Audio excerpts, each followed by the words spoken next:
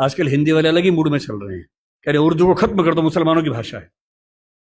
भाषा किसी धर्म की नहीं होती है। तमिलनाडु का मुसलमान तमिल बोलता है, केरल का मुसलमान मलयालम बोलता है, और किसी भी समाज का व्यक्ति होगा, उसका धर्म कुछ भी हो, उसकी भाषा वही होगी जो उसके भौगोलिक क्षेत्र की भाषा है। उर्दू हिंदी समाज की भाषा है, मेरठ के इलाके में पैदा हुई है, हमारे हमारे मतलब हमारी गोद में पली है वो भाषा, हिंदी की गोद में बनी है।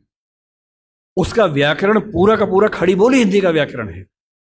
पाकिस्तान ने उर्दू को आयात किया है, क्योंकि पाकिस्तान की जमीन पे उर्दू पैदा नहीं हुई, उर्दू मेरठ के आसपास पैदा हुई, पाकिस्तान ने इंपोर्ट किया उस भाषा को। अपनी भाषा को हम इस तौर से बोलते हैं कि खत्म कर देंगे। पहली बात तो ऐसा बोलना नहीं चाहिए, दूसरी बात कर भी नहीं पाएंगे। किसी के चाहने से भाषाएं खत्म नहीं होती। भाषाएं तब खत्म होती हैं जब भाषाओं का आत्मसम्मान मर जाता है।